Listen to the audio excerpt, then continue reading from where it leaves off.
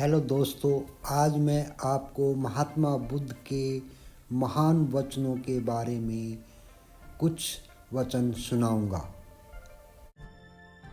भगवान बुद्ध के प्रसिद्ध वचन और उनके विस्तारित अर्थ। हजारों दीपक एक ही दीपक से जलाए जा सकते हैं और उस दीपक का जीवन कम नहीं होता। खुशी बांटने से कभी कम नहीं होती। जैसे एक दीपक से अनेक दीपक जलाए जा सकते हैं, वैसे ही हमारी खुशी भी बांटने से खत्म नहीं होती बल्कि बढ़ती है। जब हम दूसरों को खुशी देते हैं तो हमारे अंदर भी सकारात्मकता और ऊर्जा का संचार होता है। खुशी को साझा करना आत्मा को संतोष प्रदान करता है और हमारे जीवन को सार्थक बनाता है। शरीर को स्वस्थ रखना हमारा कर्तव्य है, अन्यथा हम अपने मन को मजबूत और स्पष्ट नहीं रख पाएंगे। शारीरिक स्वास्थ्य और मानसिक शांति एक दूसरे से जुड़े हुए हैं। एक स्वस्थ शरीर में ही स्वस्थ मन निवास करता है। यदि हम अपनी सेहत का ध्यान नहीं रखेंगे तो हमारा मन भी कमजोर होगा और जीवन में आने वाली चुनौतियों का सामना करने की हमारी क्षमता घटेगी। स्वस्थ शरीर आत्मविकास और ध्यान के लिए आवश्यक है। गंतव्य पर पहुंचने से ज्यादा महत्वपूर्ण है यात्रा को अच्छे से करना। जीवन की यात्रा का अनुभव और उसमें सीखी गई बातें अधिक मूल्यवान हैं। मंजिल पर पहुंचना महत्वपूर्ण हो सकता है, लेकिन यदि यात्रा को ठीक से नहीं किया गया तो मंजिल का महत्व कम हो जाता है। हर कदम, हर अनुभव हमें कुछ सिखाता है और हमें बेहतर इंसान बनाता है। आकाश में पूर्व और पश्चिम का कोई भेद नहीं है।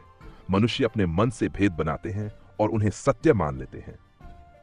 विभाजन और भेदभाव केवल मानव मस्तिष्क की उपज है। प्रकृति के नियमों में कहीं कोई भेदभाव नहीं है। इंसान ने ही सीमाएं, वर्ग और जाति का भेद बनाया है। यदि हम इस मानसिकता को छोड़ दें तो हम एक समरस और समानता से भरी दुनिया बना सकते हैं। एक अनुशासित मन ही खुशी लाता है। अनियंत्रित मन भ्रम और दुख का कारण बनता है। मन को अनुशासन में रखने का अर्थ है इसे नियंत्रित और शांत करना। जब हमारा मन स्थिर और संतुलित होता है तो हम सही निर्णय ले सकते हैं और जीवन में सच्ची खुशी प्राप्त कर सकते हैं। सभी दुखों की जड़ है आसक्ति।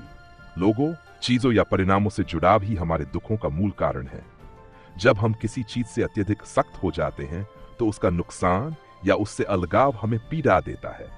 यदि हम अनासक्त होकर जीवन जीना सीखें तो हम दुखों से मुक्त हो सकते हैं।